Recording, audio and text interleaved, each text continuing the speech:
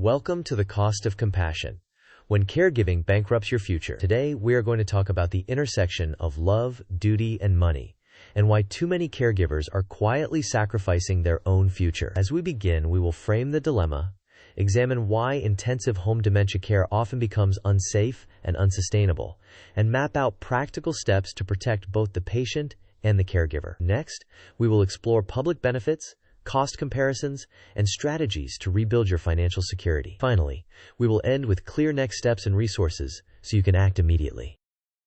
Here is our roadmap. First, we will frame the dilemma in high-cost living. Then, we will dig into why 24/7 home dementia care often breaks down. After that, we will compare home care to Medicaid-funded institutional care.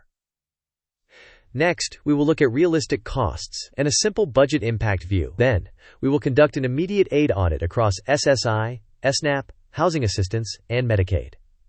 We will also discuss overcoming guilt and prioritizing safety. Afterward, we will cover how to rebuild your future savings and set boundaries. To reinforce learning, we will include quick quizzes. Finally, we will summarize key takeaways and actionable next steps. In high-cost regions, even a solid income can evaporate when caring for multiple dependents, particularly when one person requires intensive dementia support. The emotional commitment is enormous, but the math is unforgiving. Caregiving time squeezes earning capacity, and expenses escalate. This situation often results in caregivers draining savings and retirement funds. As we transition, we will examine why continuous home dementia care, despite the best intentions, tends to become unsafe and financially destructive. The cognitive and behavioral symptoms of dementia progressively increase the need for constant supervision and skilled care. This directly reduces the caregiver's ability to work regular hours, which in turn drains savings. Fatigue accumulates, and safety risks multiply. Wandering, falls, incorrect medication use, and missed medical appointments. This is not a matter of willpower. It is a predictable cycle, where increasing needs collide with limited time and money. The result is both caregiver burnout and patient harm. Now, to make a grounded decision, we will compare home care to Medicaid-funded institutional care, focusing on safety, quality, and financial realism. On the left, home care offers familiarity and emotional comfort, but requires continuous supervision that is rarely sustainable. The cost of private, round-the-clock caregivers commonly exceeds $12,000 to $18,000 per month in high-cost regions. Lapses in supervision can lead to serious safety incidents. On the right, Medicaid-funded memory care facilities offer structured staffing, safety protocols, and medication management. For individuals with limited or no assets, Medicaid often covers significant portions of institutional care. This route can increase safety for the patient and allow the caregiver to restore income and rebuild future savings. Next, let's anchor this with a simple cost snapshot. This table provides a simplified monthly snapshot and will vary by region, benefits, and individual needs. Private in-home 24/7 staffing can easily exceed $12,000 to $18,000 per month, not including lost income. Medicaid-supported memory care can significantly reduce out-of-pocket costs, although exact amounts depend on state rules, eligibility, and available beds. This is illustrative only, not a quote. Next, we will visualize how a caregiver's budget composition can change before and after leveraging benefits. This pie visualization contrasts the budget before and after benefits are applied. Before benefits, the majority of the budget is consumed by care staff costs, leaving little for savings or other priorities. After benefits, the residual care costs shrink, and a dedicated portion can shift to savings and debt reduction. This shift is essential for rebuilding the caregiver's financial future. Now, because we're discussing options that affect finances and legal eligibility, let's add a brief but important disclaimer. This presentation is for educational purposes only. It is not legal, medical, tax, or financial advice.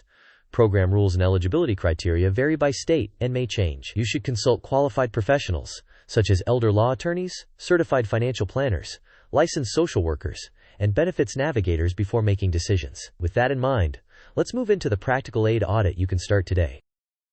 Start by gathering documentation, government IDs, medical diagnosis records, income and bank statements, and household bills. Next, screen eligibility for Medicaid, Supplemental Security Income or Disability, SNAP, housing vouchers, and long-term care waiver programs. Then, Connect with allies, such as your area agency on aging, hospital social workers, elder law attorneys, and relevant nonprofits.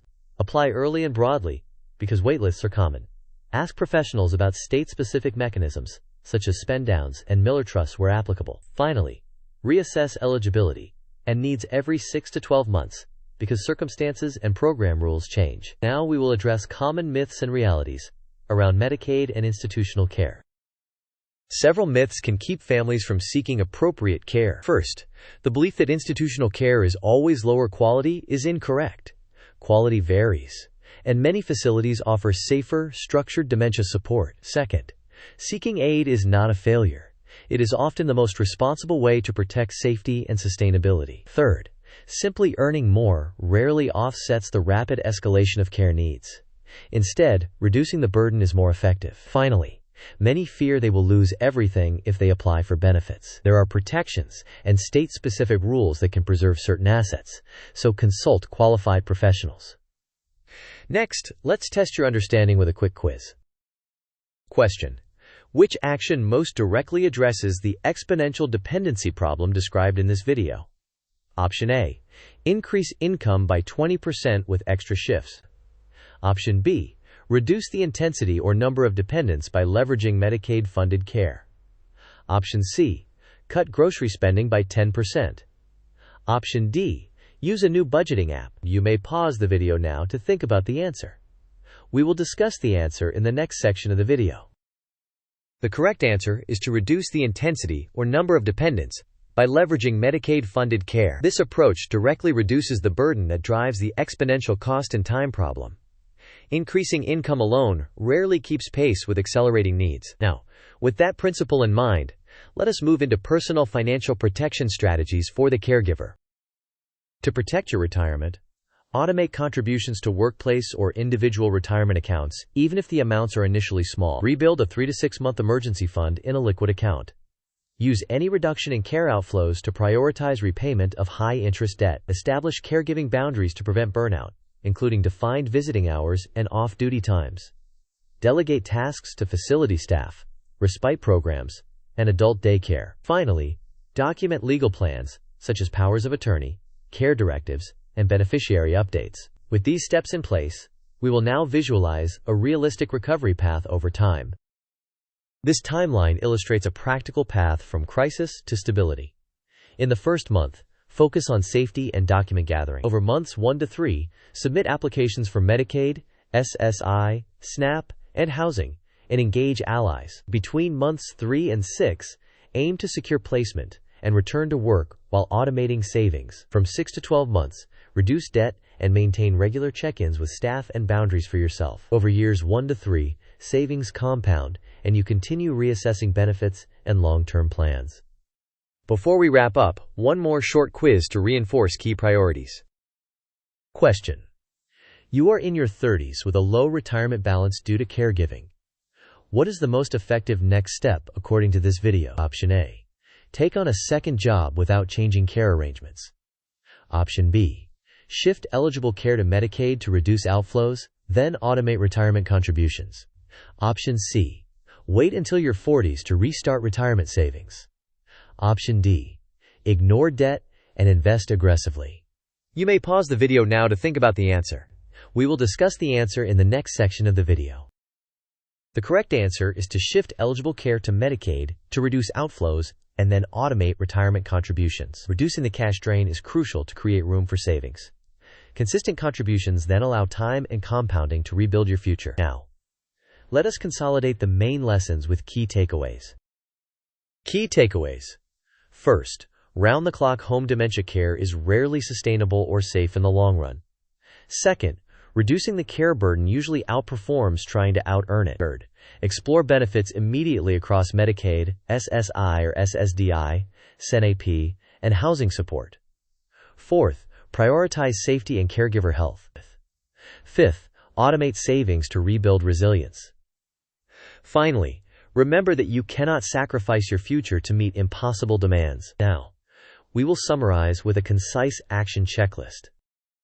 Here are your next steps. This week, audit eligibility for Medicaid, SSI or SSDI, SNAP, and housing. Today, call your area agency on aging and a hospital social worker to start the process. If supervision is failing, secure placement or arrange respite to stabilize safety, automate retirement contributions, and rebuild your emergency fund. Establish clear boundaries, delegate care tasks, and protect your rest. Finally, review legal documents with qualified professionals. As we close, I have a quick request to help more caregivers find this message. Thank you for watching. If this video helped you, please like it so more caregivers can find it, share it with someone who needs clarity now, and subscribe for more practical guidance. In the comments, tell us what step you will take this week and which resources you want next. Your experience may be the lifeline someone else needs.